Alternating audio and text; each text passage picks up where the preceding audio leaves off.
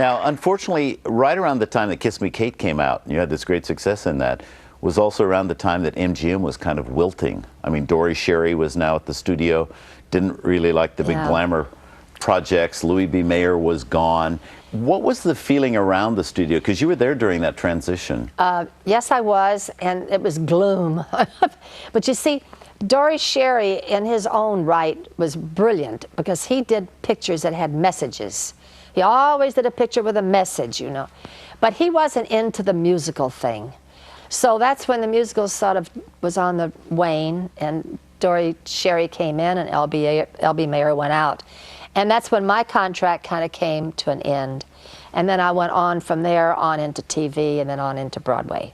Now, in the Hollywood scheme of things, when you were under contract to MGM, that was kind of the highest position one could be as a performer in Hollywood, being under contract to MGM. It was the greatest studio, made the greatest pictures and all that. When one is not at MGM anymore, is there a change in the social structure? Do you feel that from outside? That you said you cried when you left. That must be a major adjustment to make. It was very hard for a lot of stars that were all of a sudden no longer under contract. Nobody to watch over them, nobody to be at an airline to greet you, to put you on the plane, or to take care of your tickets, or all the wonderful things that MGM did with their people. When that was all gone, they were like lost. Fortunately for me, being a dancer and a singer, I took to TV, and I went on like to do television. And then I went on to stage. So I had an outlet. But a lot of these people just couldn't handle it. It was hard for them. They didn't have that stage background. I went on to the stage and did MAME. I was in the show for a year on Broadway. It was on twofers when I took it over. And I gave it new life. And then I would think I was the 5th MAME. MAME sort of led the way then, 10 years later, to Sugar Babies, which was really kind of a great experiment. That kind of show had never been really done before, and it's not a show that necessarily would be taken to the hearts of the New York critics, but it was a huge success. I know. One of the great things about that show was the fact everybody knew what a great dancer you were, but I don't think people knew what a good belter you were, what a good singer. Isn't that strange? And I've sung in all the pictures I've done, and nobody ever, they just wanted to see the dancing. There's a farm I know near my old hometown, where we two could go and try settling down. There I'll care for you forever, 'cause you're all in the world I crave. But why can't you behave? Hermes Pan once said about you, he said, no studio or producer ever really captured, exploited, or understood the full potential of Annie Miller's many talents. Do you think that's a fair assessment? Yes, because I think I'm a very good actress. I've never had a chance to do a dramatic part, but I think I would be very good at it. Actually, there's Millerisms that fly around that all the people know about me because I'm just kind of wacky at times and say silly things. But actually, I'm not wacky. I'm very serious, and I know what I want, and I won't settle for anything less. What do you think a star owes the public, or does the star owe the public anything? You bet. Without the public, they're nothing. They're this tall. The public will make you or break you. And if they like you, you're a star. And if they don't, you're nothing. No matter where I go in the world, I'll be walking down the street in Rome, I'll be in France, or I can be, no matter where I go, people will stop me and say, Ann Miller, we want to thank you for all the years of entertainment that you have given us. People stop me and say that to me. I owe that to the film industry because that is the legacy that was left. And I would like to take this opportunity to thank Ted Turner and the Turner Classic Movies and you for running these, because this generation has never seen the likes of them, and they'll never see it again, ever. Do you have a credo that gets you through life, gets you through tough times or something? Well, I've often wondered, people say the show must go on. Have you ever wondered, why must the show go on? But that's been my way of thinking. No matter what happens to me, whether I have an operation, which I've never had, but if I did, I would try to get up and still go do something. You know, I'd try to keep the show on the road, so to speak. But that's my nature. I'm an Aries, and I'm a go-getter. Time means nothing to me. I don't feel old. I feel fine. I feel like I'm 25 years old. I'm not. But time means nothing to me. I'm not one of those people that ponders age or ponders this or I'm going to keep going as long as I can go, and when I can't go, I'll sit. And when I sit, if I'm in a wheelchair, I'll keep patting my foot, and I'll be rolling my wheelchair in to see a beautiful ballet or a stage show or a premiere or something, because I love the theater and I love my work. It's been a joy. I've met marvelous people. You're wonderful. You're one of a kind. I hope you come back here often. Well, I'd love to, Robert. I've known you so many years, and I'm so proud of you. You're very sweet. Thanks. This has been great. Thank you.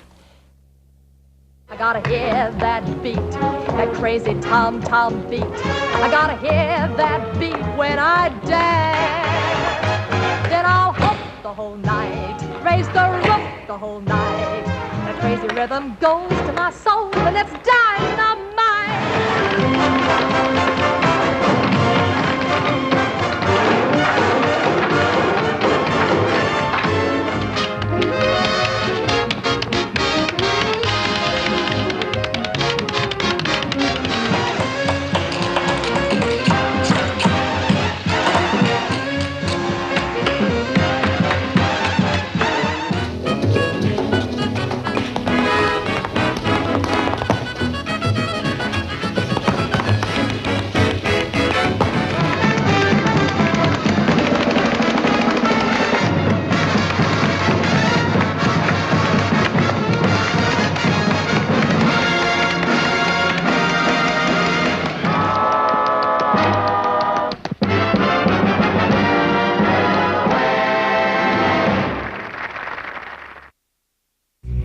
Today on Turner Classic Movies, William Tracy gets his boss to talk in Tanks a Million. Then Tracy's memory gets him in trouble in Hayfoot.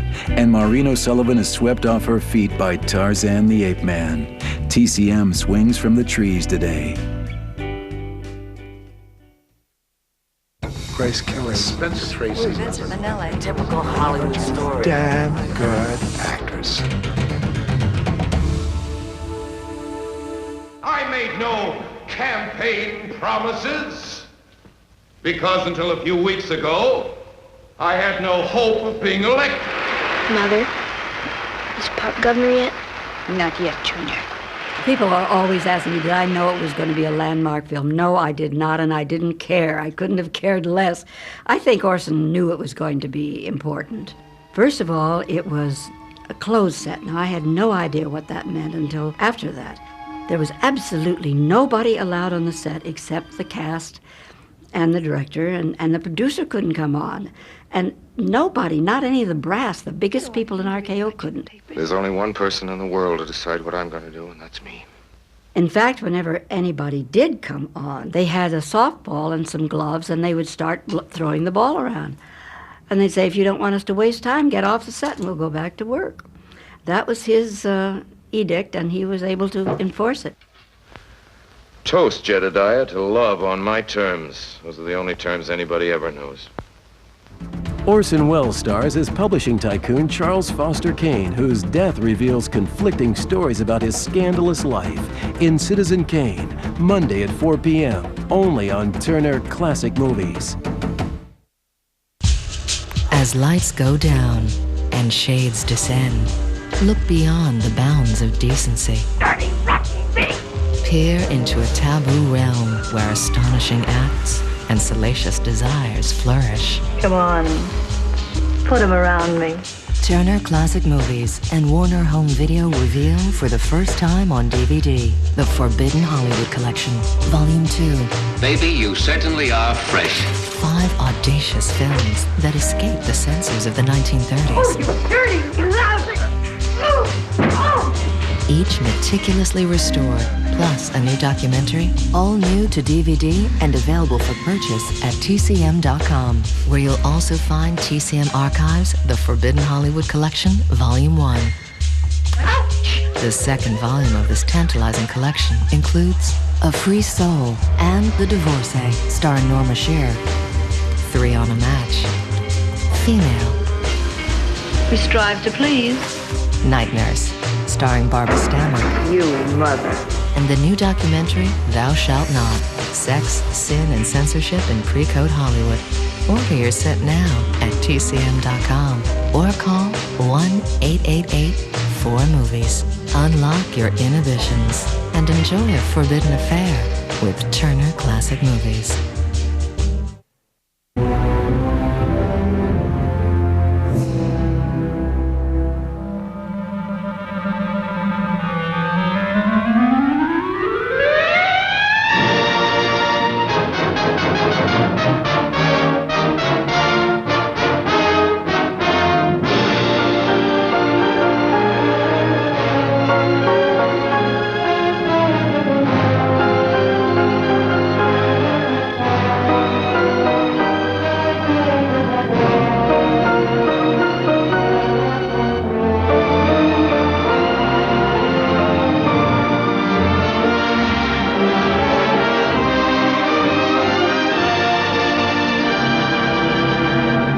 Somebody loved me, I wonder who. Oh, sweet and lovely lady, be good.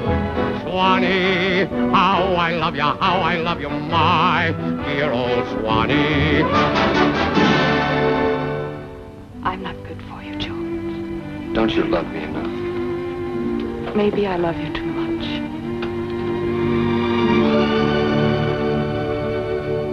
What do you call yourself? George Gershwin. It's my real name. Mine's Oscar Levant. I'm thinking of changing it.